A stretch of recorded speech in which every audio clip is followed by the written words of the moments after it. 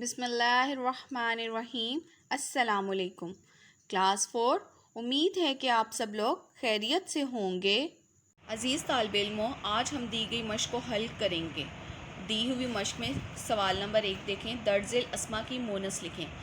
Dear students, आप already मुज़क्कर और मोनस की दोहराई कर चुके हुए हैं। मुज़क्कर किसे कहते हैं आपको पहले ये पता होना चाहिए, उसके बाद आपको पता हो मोनस, तभी आप इस सवाल को हल कर सकेंगे।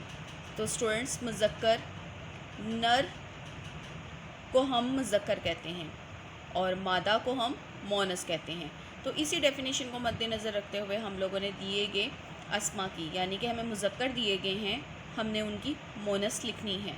तो आइए अब हम नीचे सवाल को हल करते हैं। मुज़क्कर मोनस: सुसर सास, गुलाम लौंडी, मरीज़ मरीज़ा। स्टूडेंट्स, आपने देखा होगा कि यहाँ पर जितने भी मुज़क्कर दिए गए हैं हम लोगों ने उनकी मोनस लिखी है, यानी हमें नर दिया गया है और हमने उनके मादा लिखे हैं यहाँ पर। नेक्स्ट देखें। जुलाहा जुलाही, फ़कीर फ़कीरनी, हाथी हथनी, धोबी धोबन। स्टूडेंट्स, धोबी कहते हैं कपड़े धोने वाले को, जो कि मेल होता है, और धोबन कपड़े धोने वाली ही होती है, वो फीमेल होती है।